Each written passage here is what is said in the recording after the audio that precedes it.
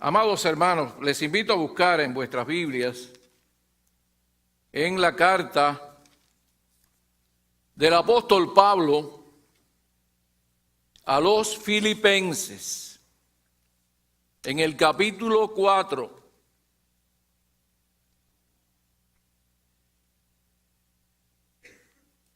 Más bien voy a leer introductoriamente 2 versículos en el primer capítulo. Presten atención a la escritura. Pablo dice en el primer capítulo, versículos 3 y 4, doy gracias a mi Dios siempre que me acuerdo de vosotros. Siempre, repite, en todas mis oraciones, rogando con gozo por todos vosotros. Y en el capítulo 4, el apóstol Pablo le dice a los hermanos de Filipo, así que hermanos míos, amados y deseados, gozo y corona mía, estad así firmes en el Señor, amados. Ruego a Evodia y a Síntique que sean de un mismo sentir en el Señor. Asimismo, te ruego también a ti, compañero fiel, que ayudes a estas que combatieron juntamente conmigo en el Evangelio, con Clemente también, y los demás colaboradores míos, cuyos nombres están en el libro de la vida. Regocijaos en el Señor siempre. Otra vez digo, regocijaos. Vuestra gentileza sea conocida de todos los hombres. El Señor está cerca. Por nada estéis afanosos, sino sean conocidas vuestras peticiones delante de Dios en toda oración y ruego con acción de gracias. Y la paz de Dios, que sobrepasa todo entendimiento, guardará vuestros corazones y vuestros pensamientos en Cristo Jesús. Señor y Padre nuestro, esta es palabra tuya inspirada. Que tu Espíritu Santo que la inspiró nos dé la capacidad de entenderla y de exponerla para provecho, para crecimiento de nuestras vidas. Oramos en el bendito nombre de tu Hijo Jesucristo. Amén. He querido titular la predicación en este día, El camino del cristiano feliz. Y alguno otra vez, tal vez objete que hay una redundancia,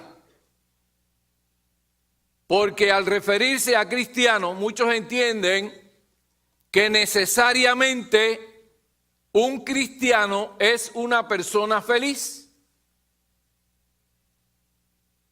Pero no es así, necesariamente, porque necesitamos, amados hermanos, la presencia y el control del Espíritu Santo en nuestras vidas de tal manera que podamos sentir esa plenitud y podamos vivir la vida triunfante, victoriosa y llena de gozo que solamente aquel que está controlado por el Espíritu de Cristo puede tener. Muchas veces nos encontramos que estamos pasando por momentos en que nuestro corazón está como si estuviera marchito, y vemos vidas también entristecidas. Amados hermanos, no hay duda que el camino cristiano tiene espinos y que tiene grandes vicisitudes. Y si no fuera por la gracia de Dios, la cual obró en el autor de esta carta, en el que escribió esta carta, diciéndole en medio de su situación difícil: Pablo, bástate mi gracia, porque mi poder se perfecciona en tu debilidad. Es por eso que asombrosamente un hombre como Pablo, preso, enfermo, que tiene necesidad de pedir que le lleven un abrigo, un capote a la prisión, que está alejado de tantos hermanos que él amaba y no podía estar con ellos, un hombre que está esperando que en cualquier momento su cabeza ruede por el golpe del hacha del verdugo, pueda tener estas palabras, escribir esta epístola llena de gozo, de regocijo, y pueda decir: hermanos, regocijaos en el Señor siempre. Otra vez digo, regocijaos. Amados hermanos, no crean que estoy tratando de predicar un evangelio de la oferta, como muchos predican. No crean que estoy tratando de predicar lo que algunos exponen o dicen: deja de sufrir. ¿Sabe que hay hasta un grupo, deja de sufrir? Cuando yo me convertí, cantábamos mucho en la iglesia: si feliz quieres ser, ven a Cristo. Y después, en medio de los problemas, yo pensaba: bueno, venir a Cristo tiene muchas cosas que no son muy felices. Una compañera de trabajo en una ocasión me dijo que había ido a una de esas iglesias. Tenía a su hijo enfermo con cáncer. Y ella iba, como muchas personas, cuando el zapato le aprieta, pues van a buscar apoyo espiritual. Cuando llegó allí, me dice ella que el que le atendió le dijo que era necesario que ella diera el sueldo de un mes de ofrenda. Y ella le dijo: ¿cómo es posible que yo tenga que dar el sueldo de un mes? Y ese predicador le dijo: mire, es que eso es una siembra que usted va a hacer. Y que bueno, ya ustedes conocen todas esas cosas. Ella me dijo: yo me fui para mi casa y pensé, si Dios los oye a ellos, Dios me puede oír a mí. Y dice ella que dobló sus rodillas e intercedió. Y me decía a esa señora nicaragüense: Cristo salvó, sanó a mi hijo. En medio de esos grupos, los únicos que no sufren a veces son los líderes de esos grupos. Pero Cristo dice en Juan 16:33, al final de su discurso de sobremesa, ¿cómo dice ahí la palabra? Estas cosas os he hablado para que en mí tengáis paz. ¿Qué más dice? En el mundo tendréis aflicción, mas confiad, yo he vencido al mundo. Jesús no engañó a la gente. No hizo como algunos populistas que ofrecen villas y castillos. No, Jesús le dijo: si alguno quiere venir en pos de mí, tome su cruz y sígame cada día. El camino de Cristo es como aquel camino de aquel líder de Inglaterra en la guerra, en la Segunda Guerra Mundial, que le dijo: no, le ofrezco a mi pueblo, lo único que le ofrezco a mi pueblo es lágrimas, sudor y sangre. Hay un hermano que está haciendo así porque eso lo dijo Winston Churchill. No tengo más nada que ofrecerle. Y amados hermanos, Cristo no nos engañó. No nos engaña. Como no nos engaña cuando nos dice, mi paz os dejo, mi paz os doy, no como el mundo la da, yo os la doy.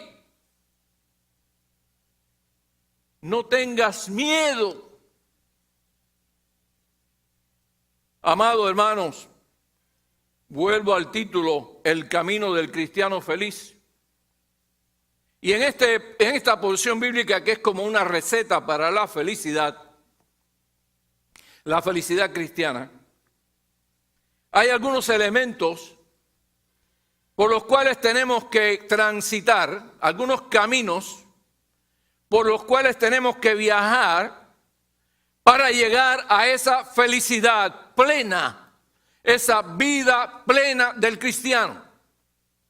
Porque el Espíritu Santo en el cristiano es capaz de obrar de tal manera en nosotros un carácter semejante al de Cristo y un poder para enfrentarnos con cualquier adversidad, si es que el Espíritu Santo nos controla. La primera cosa que quiero señalar en esta porción bíblica es lo que encontramos en el versículo 2. Qué triste que en esta carta llena de gozo, en esta carta tan victoriosa, el apóstol Pablo tenga que llamarle la atención a dos personas a las cuales le dice, ruego a Evodia y a Síntique que sean de un mismo sentir en el Señor. ¿Qué está queriendo decir el apóstol Pablo cuando habla de estas mujeres y está pidiendo la colaboración de este llamado compañero fiel que no sabemos quién es? Que dice que ayudes a estas que combatieron. Eran dos guerreras de la fe, dos líderes, pero estaban enemistadas evidentemente. Y de esta forma, no solamente se amargaban su vida, sino que estaban amargándole la vida a los demás. El gran problema de la iglesia cristiana, y esto Cristo lo señala desde su oración intercesora sacerdotal, es que dentro del pueblo de Dios a veces hay disensiones.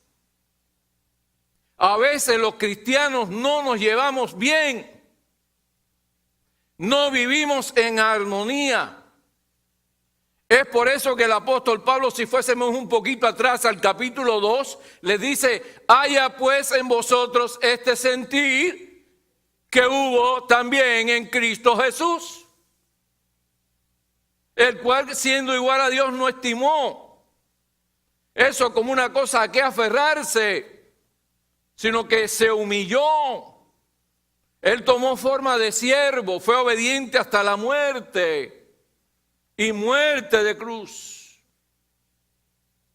Amados hermanos, en la oración intercesora, Cristo le dice al Padre, Padre, te pido que sean uno, así como tú y yo somos uno. ¿Para qué? Para que el mundo crea. Porque cuando el mundo ve a los cristianos llevarse bien, eso impacta. Eso tiene un poder extraordinario. Especialmente en esta época que vivimos de tantos conflictos y desavenencias. Pero estas dos mujeres no le hacían honor a sus nombres. Evodia significa dulce, fragante. Y Síntique, afortunada.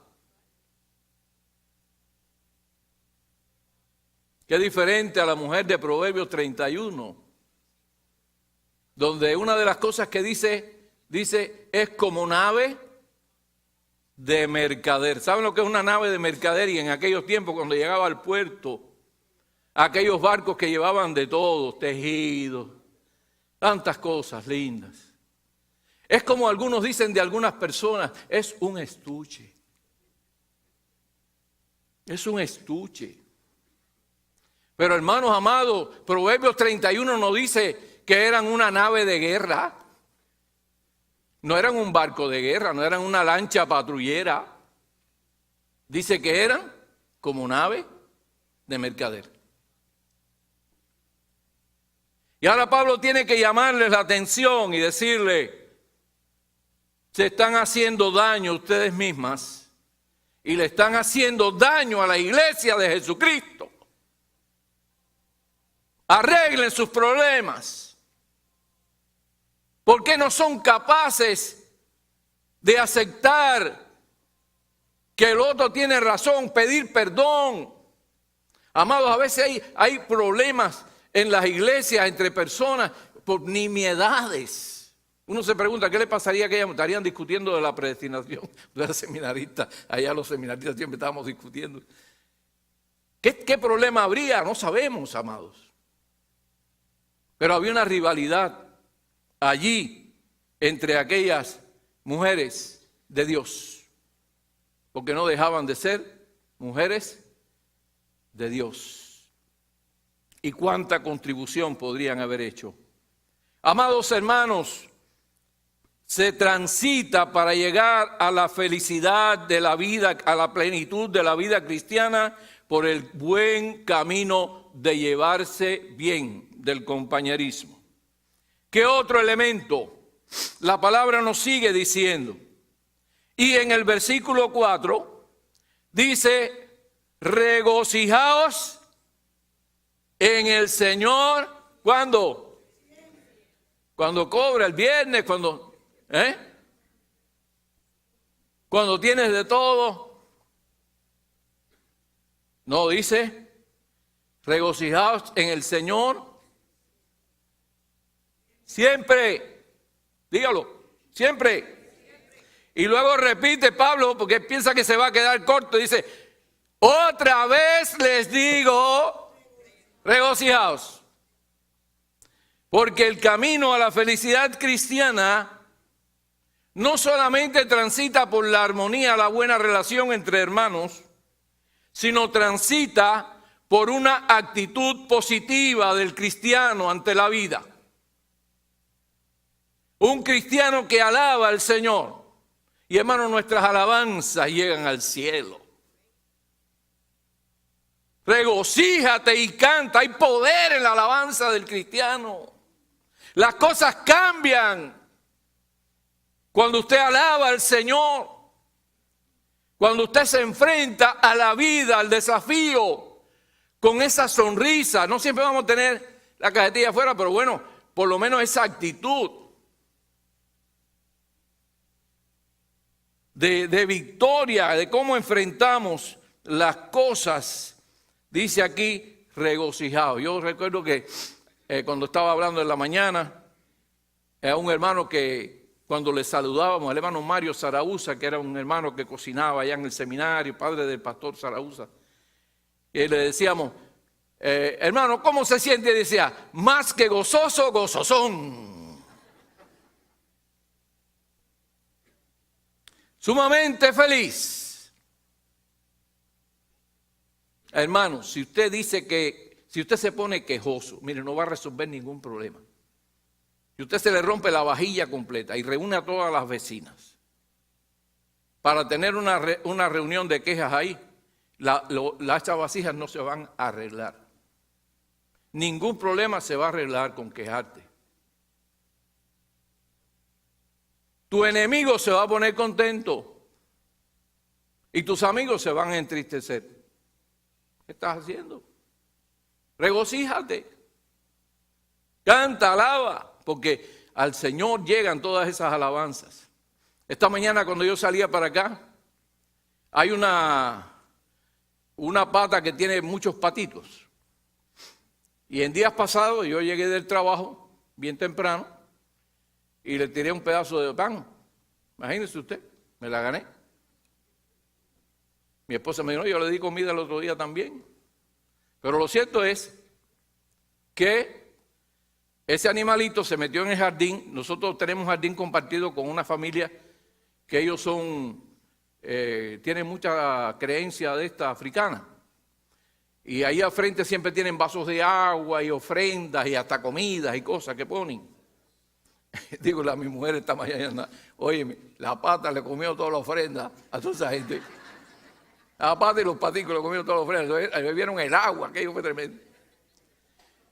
Miren, hermanos, esas son las ofrendas de esos ídolos.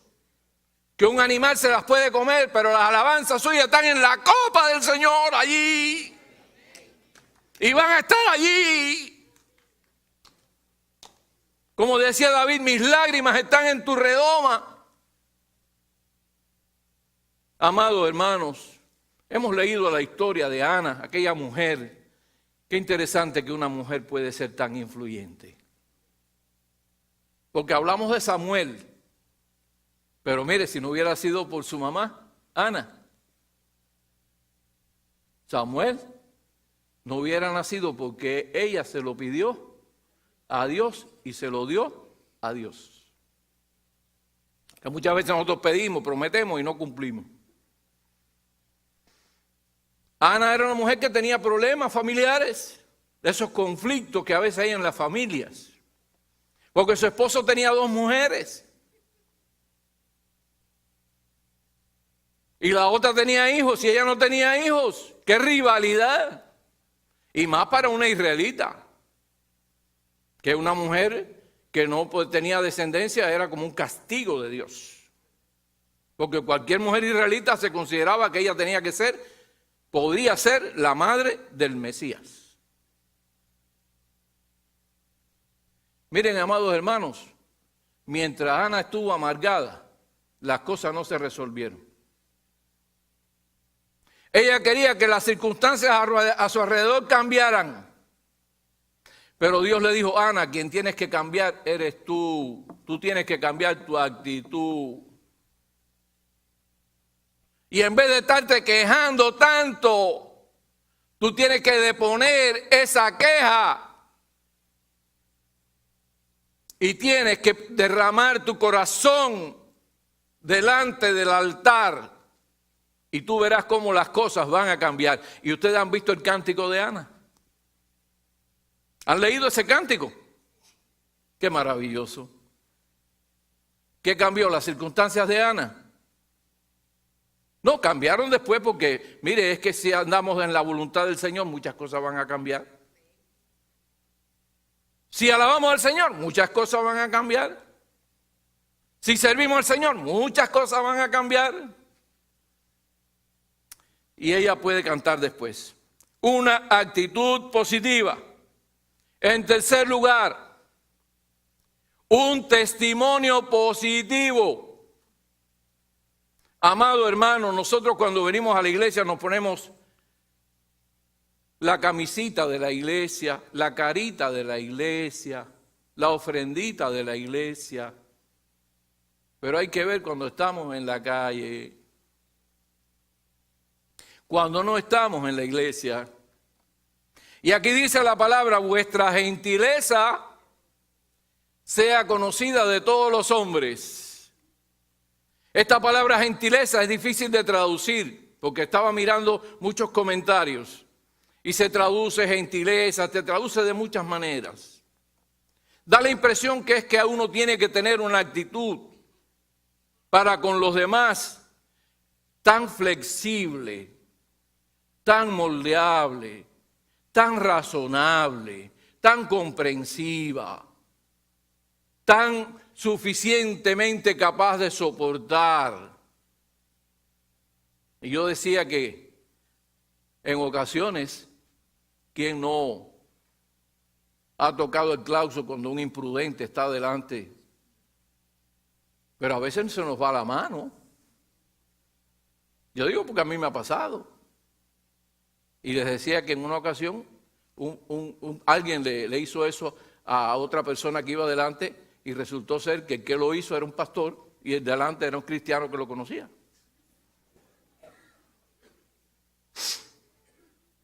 Vuestra gentileza sea conocida de todos,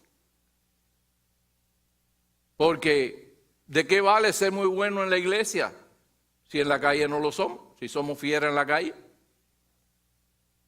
¿Qué tú haces con eso? ¿A dónde vas a llegar?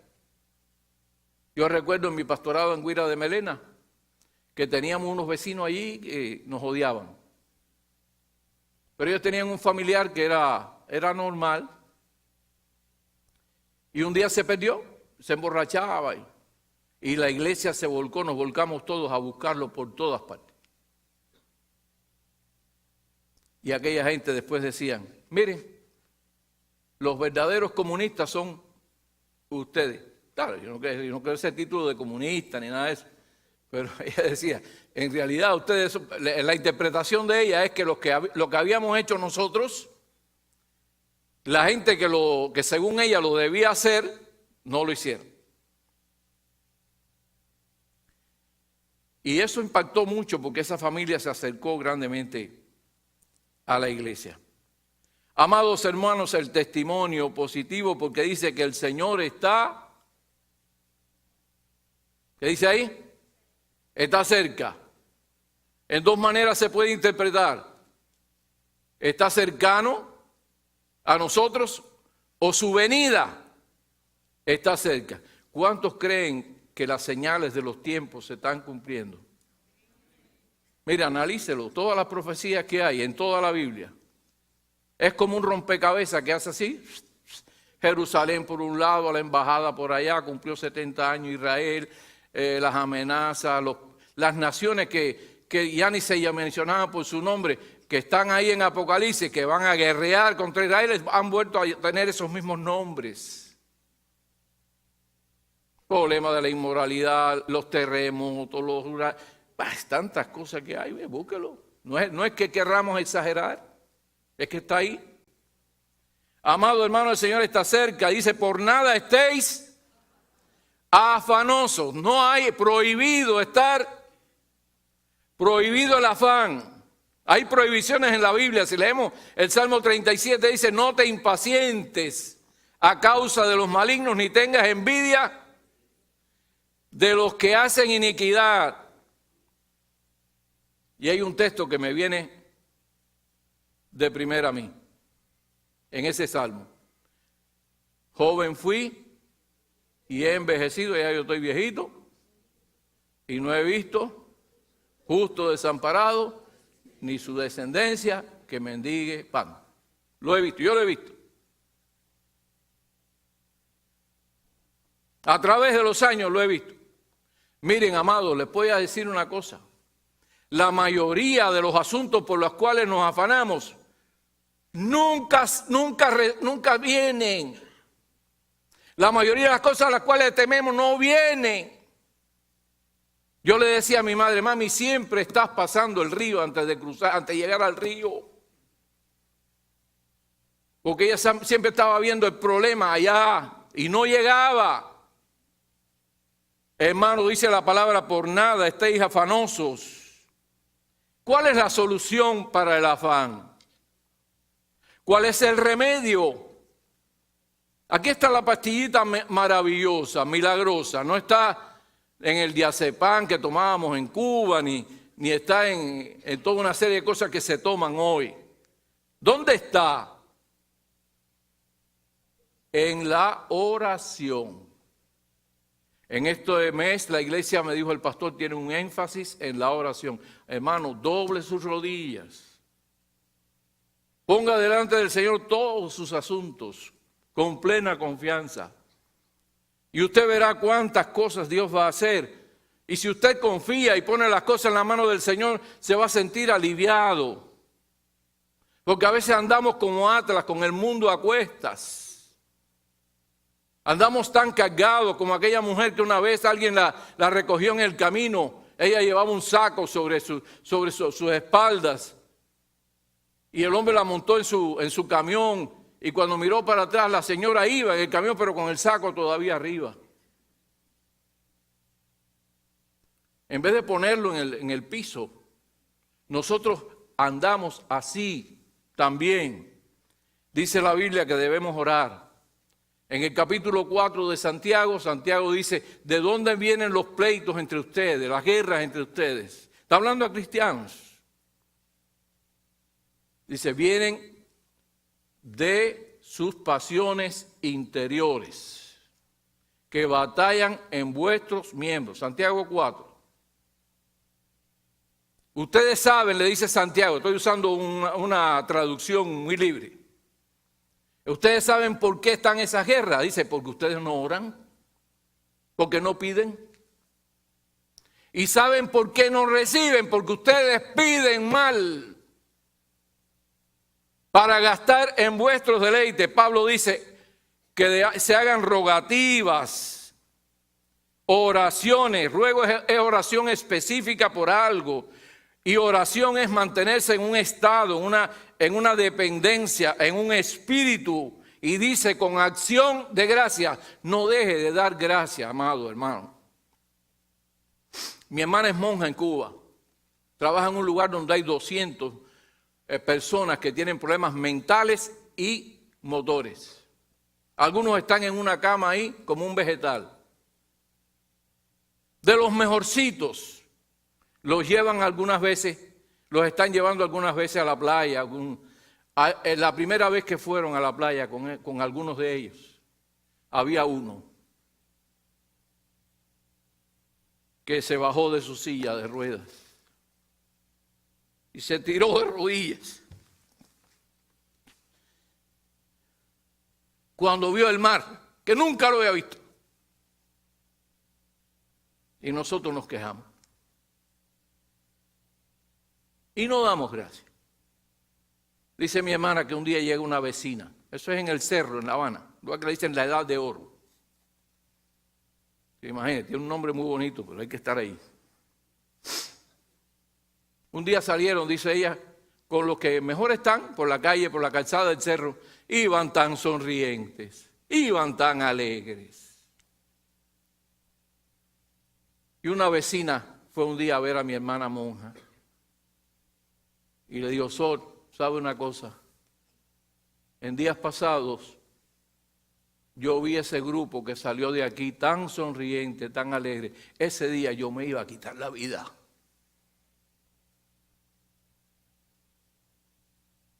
Y yo pensé, yo que tengo salud, yo que me puedo valer, ¿cómo puedo tener estas ideas en mi mente? Y esas personas en condiciones tan pobres y miserables, ¿cómo pueden sonreír? Amado hermano, que a usted le vayan mal las cosas y crea que lo suyo es peor, mire, vaya a un hospital. Mire a su alrededor. Pregúntele a la gente. Detrás de la máscara que hay en muchas personas en este carnaval de la vida, se esconden muchas frustraciones y muchos dolores en personas que no tienen lo que nosotros tenemos, que tenemos un Cristo tan grande, tenemos un Cristo tan maravilloso, amados, que está cercano, como hemos cantado, que nos dijo, mis pasos dejo, mis pasos doy. De manera, amados hermanos, que dice la palabra, por nada estéis afanosos, sean conocidas vuestras peticiones delante de Dios en oración y ruego con acción de gracia, y como consecuencia, al final de este plato exquisito, como un final dichoso, dice, y la paz de Dios, que sobrepasa, que es incomprensible, guardará. Es un término militar, guardar, ahí es un término militar. Es como una guarnición. Guardará, ¿qué dice ahí? Vuestros corazones y vuestros pensamientos en Cristo Jesús. Qué bueno es estar sujeto así, controlado. Solo Dios lo puede hacer, pero si usted se lo permite. Si usted pone su carga delante de Él, sobre Él. Dice la Biblia, echa sobre Jehová tu carga. Él quiere hacerlo, amados hermanos. Cuando tú quieres andar solo por tu cuenta, vas a fracasar. Dale un chance a Dios. Dale un chance a Jesucristo, una oportunidad. Y verás que Él te va a dar esa paz. Sí, amados hermanos, hay mucho ataque. Por eso Pablo dice aquí que hay que pensar en las cosas buenas, positivas. No se deje embutir por tantas cosas que se ven por todos lados. No, piense y llénese de la palabra del Señor para que pueda tener esa paz. Yo les digo, mire, yo he visto en mis añitos de cristiano, y lo vi desde el principio, he visto personas morir con cáncer. Yo conocí a un hermano recién yo convertido, tenía un cáncer aquí en la cara, todo el rostro, toda esta parte del rostro ya era una mota de algodón. Y aquel hermano sin una morfina, estaba con lo que le quedaba de labio alabando al Señor. ¿De dónde sacó esa paz? Conocí a la hermana Cocola en Batabanó. Ella estaba en una silla de ruedas. Su esposo la había abandonado en esas condiciones. Ella había sido una maestra de escuela. Allí venían los niños a que ella les repasara. Y yo no vi nunca a Cocola triste.